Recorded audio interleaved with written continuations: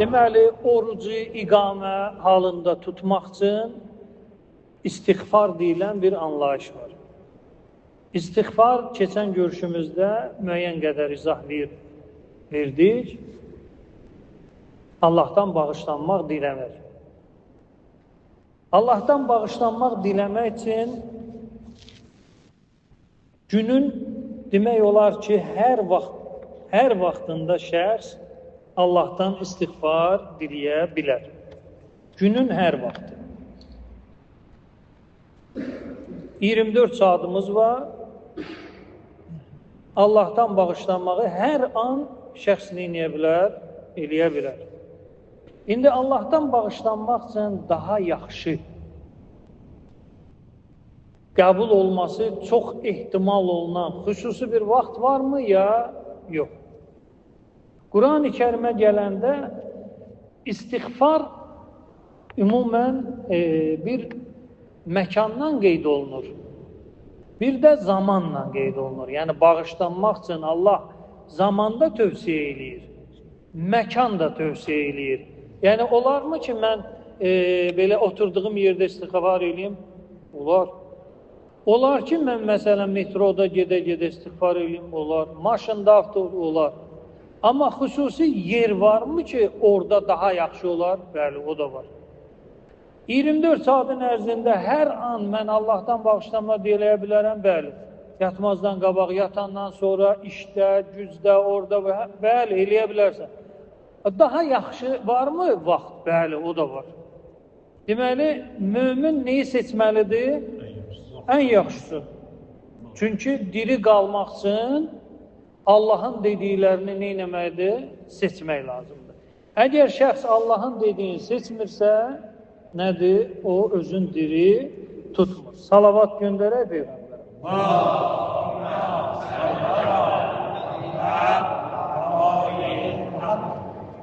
İndi Ali İmran surəsi 17-ci ayət. Bağışlanmaq, tövbə diləməyin zamanı. Bağışlanmaq, tövbə diləməyin ən yaxşı və məsləhətli zamanı. Bu zaman bölünür iki hissi. Bir ümumi, bir də xüsusi. Ümumi odur ki, əməllərin 2 qat hesab olunan və fəziləti daha artıq olan zaman çərçivəsi. Məsələn, 4-cü gün Ramazan ayı, bu amillər səbəb olur ki, əməl neçə qat hesab olunsun? Məsələn, kim xeyir əməl eləyərsə, əşr-ü əmsalihə, ona 10 mislində mükafat veriləcək. 4-cü gün, Ramazan ayı, bu ikisi bir yerə cəm olanda və yaxud Qədir gecəsi, bu üçü bir yerə cəm olanda zaman olaraq o qat nə olur? Misil artır. Misil nə olur? Artır. Bu ümumidir. Məsələn, şəxs tövbəsin, istiğfarın bu günlərdə eləsə, bəli, bəyənilir və hesabda misilində artıq gedir. Bu ümumidir ki, bu günlərdə xeyir əməl neçə qat hesablanır. O ümumidir. Amma istiğfar üçün xüsusi Allah Teala buyurur, deməli, Ali İmran surəsi 17-ci ayədə, deməli, sevdiyi insanları Allah Teala adı ilə yox, sifəti ilə qeyd edir. Allah buyurur ki, bax, bu bəndələri mən sevirəm. Bu bəndələr diridir, ölü deyil. Hansılardır? Əllədinə 16-dan başlayalım. Bismillahirrahmanirrahim. Əllədinə yəqulunə Rabbənə innənə əmənnə. Deməli, iman gətirmişik deyərlər. Fəğfir lənə, bizim günahlarımızı bağışla deyərlər. Cəhənnəm odundan bizi qoru deyərlər. Səbr edərlər. Deməli, sadiq olarlar və sair vəl-müstəğfirinə bil-əshar. Səhər vaxtı Allahdan tövbə diləyərlər. Deməli, günahın bağışlanmağı istəmək o ümumidir. Amma onun ən yaxşı vaxtı hansı vaxtı? Səhər vaxtı. İkinci ayə yoxdur ki, bağışlanmaq üçün bir vaxt desin. Deməli, əgər bir adam həqiqətən də istəyir tövbəsi qəbul olsun və bu elədiyi günaha təkrar olmamasını istəyirsə və mövzusuna ciddi yanaşırsa, tövbəsini salsın hansı vaxtda? Ümum tövbəsini eləsin. Amma nöqtəni harada qoymalıdır?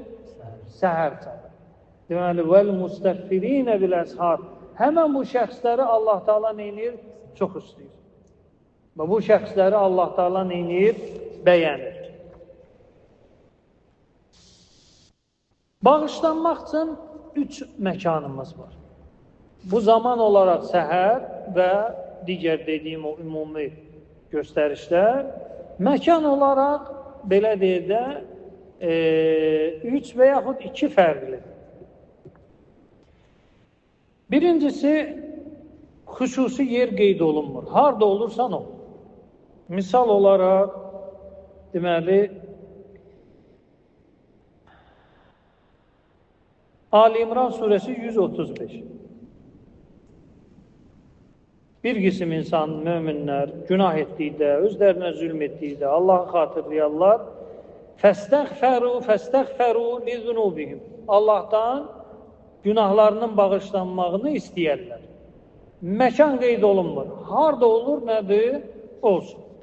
Yəni, Allahla öz arasına heç kimi salmır və harada olur olsun, Allahdan nə istəyir? Bağışlanmaq istəyir. Bu bir ayə. Hərəsinə 2 ayə misal çəkəcəyik. İkinci ayəmiz Ənfal surəsi 33. Yenə Allah Teala buyurur ki, ey Rəsulum, madam sən nə qədər ki sənə iman gətirənlərin arasındasan, onlara əzab gəlməyəcək. Bu bir səbəb. İkinci səbəb, وَمَا كَانَ اللّٰهُ مُعَذِّبَهُمْ وَهُمْ يَسْتَغْفِرُونَ. Bəndələr özləri tövbə etdikdə də o da səbəb olur ki, əzab ilahi həmən o məkandan uzaq olsun. Xüsusi bir məkan qeyd olundu, xeyr, olunmadı. Harada istəyirsən, Allahdan neynəyəcəksən, bağışlanmaq diləyə bilərsən. İndi gəlirik ikinci məkana. Məryəm surəsi 45, 46, 47-ci ayələr. Diqqət edin. Ya əbəti, inni əxaf ən yəməssəkə əzabun minər-Rahman. Fətəkunə liş-şeytani vəliyyə. İbrahim Peyğəmbər əmisinə, atasına yox. Bax, diqqət edin, burada böyük bir müsibət və fəlakət var. Düzdür, Quran ərəb dilində nazil olur. Amma ərəb dilində, din dilində, ərəb dilində, din dilində. Bu nə deməkdir? Biraz qəliz oldu. Nətər, yəni ərəb dili var da, din dili də var. Bəli, din dili də var. Din dili deyəndə nə nəzərdə tutulur? Dinin dili. Başqa ayələrdə deməli, Yaqub Peyğəmbərin evladları, diqqət edin, görüm o ayə əlimin altındadır ya, yox. Salavat göndərək Peyğəmbərimizə.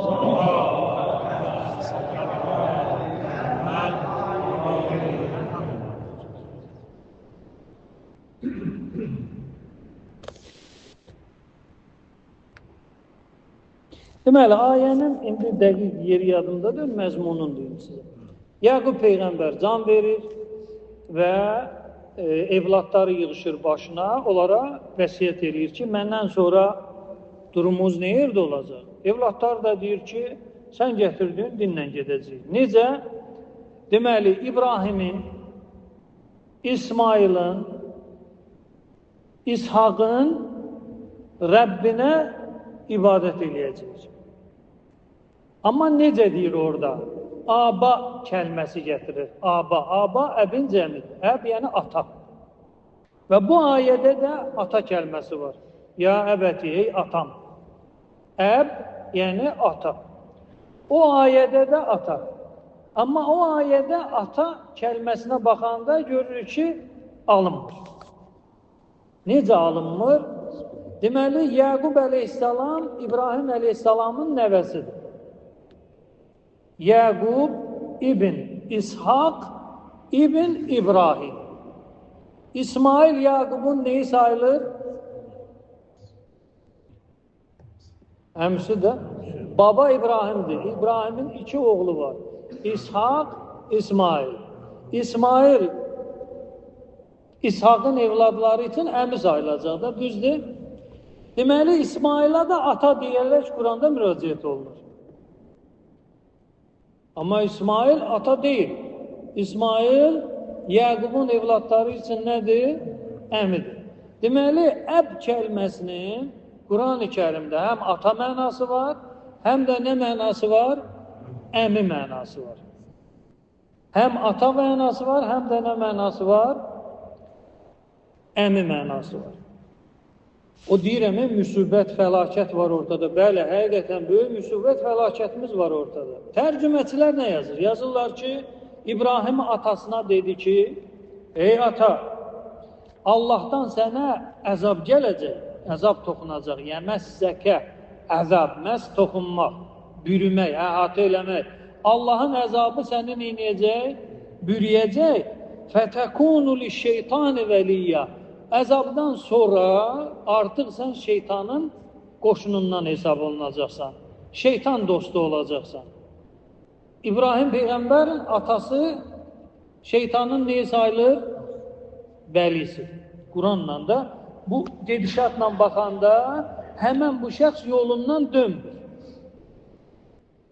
Yolundan dönür ya dönmür? Dönmür. Hələ öz bildiyinə davam edir. Yəni, Allahın əzabına da məhkumdur və şeytanın da neyi sayılır? Deməli, İbrahim Peyğəmbərin atası nə olub? Elə belə kafir yox ha. Kafirin belə deyək də şiddətli forması. Vəli, yəni şeytana vəli olmaq, yəni onun üçün sən xidmət göstərməlisən. Bir var şeytanın qulu, bir də var şeytanın vəlisi. Şeytanın qulu odur ki, yoldan çıxartdı, düşürsən dalıcan, hara addım atıb, sən də onun addımları ilə gedirsən, olursan şeytan qulu. Amma şeytanın vəlisi gərək xidmət göstərməz, carçı. Məsələn, büt düzəldəsən, sonra insanları yoldan çıxardasan, olursan nə? Vəliyyullah yox, vəliyyi Rəsulillah yox, olursan nə? Vəliyyü şeytan. Əgər ata mənasında götürsək, indi adı tarixdir, adı Azərdir, adı nədir, işimiz yoxdur. Adı nə olur olsun, biz İbrahimi dünyaya gətirən şəxsdən danışırıq. Əgər tərcüməçilərin dinsiz tərcüməsinə baxsaq, görürük ki, İbrahimin atası nədir? Kafirdir, cəhənnəmlidir, üstəlik də şeytan carçısıdır. Şeytanın vəlisidir. Amma yox, desək ki, atanın, əbin, əb kəlməsinin əmi mənası da var. Peyğəmbərin əmsi də kafir olur. Olsun. Amma atası, Peyğəmbər atası kafir ola bilər, bizim əqidəmizdə xeyr, ola bilməz. Bəs Allah deyir axı, İbrahim əleyhissalam, ay atam, filankəs tərcüməsi də yazıb ki, ey atam. Hə, tərcümə əbin ata mənası var. Amma əbin əmi mənası da varsa, əgər hər yanda əb kəlməsinin mənası atadırsa, onda gərək İsmail də olmalıdır, Yusuf'un atası. Öyle olur ya olmaz.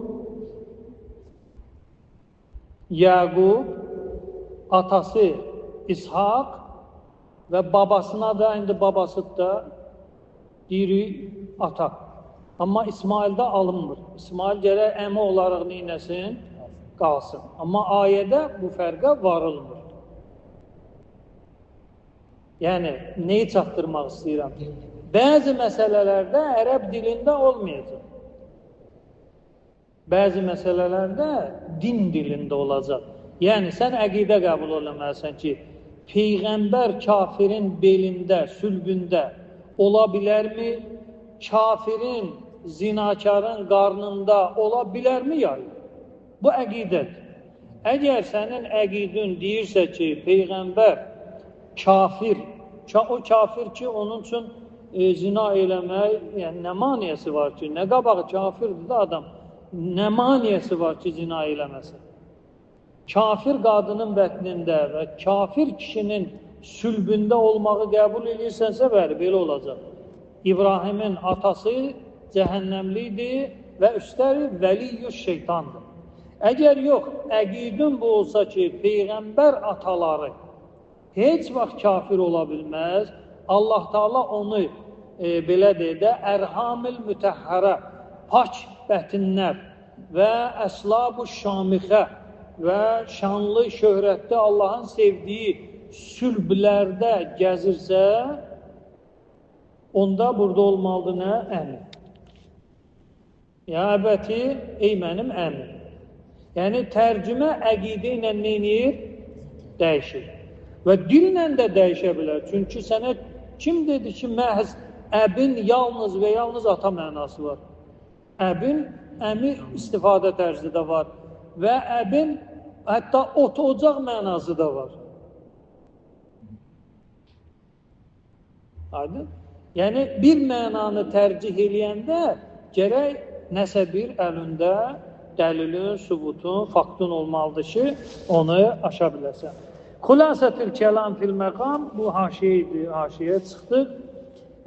Deməli, İbrahim əleyhissalam atasına yox, əmisinə deyir ki, mən qorxuram ki, sənə Allahın əzabı yetişər və şeytanın vəlisi olarsan, sonunda nəticə etibarı olaraq. Qalə ərağibun əntə ən alihəti, ya İbrahim. Ey İbrahim, bu alihə yəni ilahlar, bütlər. O bütlər ki, biz ona ibadət eləyirik, sən onlardan imtina mı eləyirsən? Üzümü döndərirsən, əgər sən bu təbliğatı dayandırmasın, səni daşqalaq eləyəcəm və səni tərk eləyəcəm filan filan. İbrahim əleyhissalam nədir? Qalə selamun aleyküm. Mənim sənə Allahdan arzum, ey əmir, Allahın salamı sənin üzərində olsun.